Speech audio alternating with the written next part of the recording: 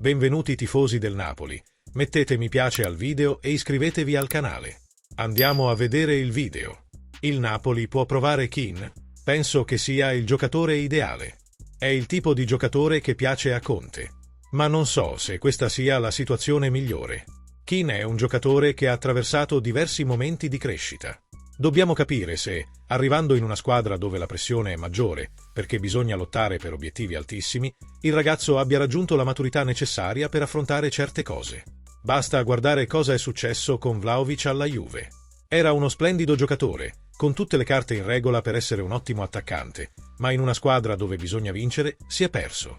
Non so se Kean accetterebbe di essere un'alternativa dopo la splendida stagione che ha fatto. E l'investimento è di un livello tale che non gli si permette di essere un'alternativa. La situazione è diversa a Lucca, che è in una fase diversa. È esploso, poi, quando ha affrontato squadre straniere, ha faticato. È un giocatore in crescita e potrebbe adattarsi a giocare al posto di Lukaku. Tuttavia, i prospetti che il Napoli sta scegliendo indicano che stanno scegliendo giocatori di valore.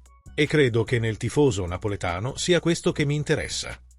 Cosa ne pensi del ritorno di Insigne? Penso che la situazione potrebbe essere più difficile, perché Immobile segna gol e ha segnato in Turchia, quindi può continuare a farlo.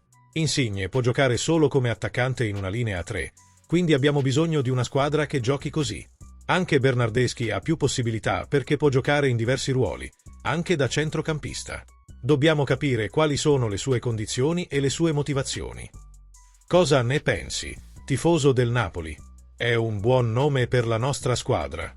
Lascia un tuo commento sul video e iscriviti al canale. Forza Napoli sempre!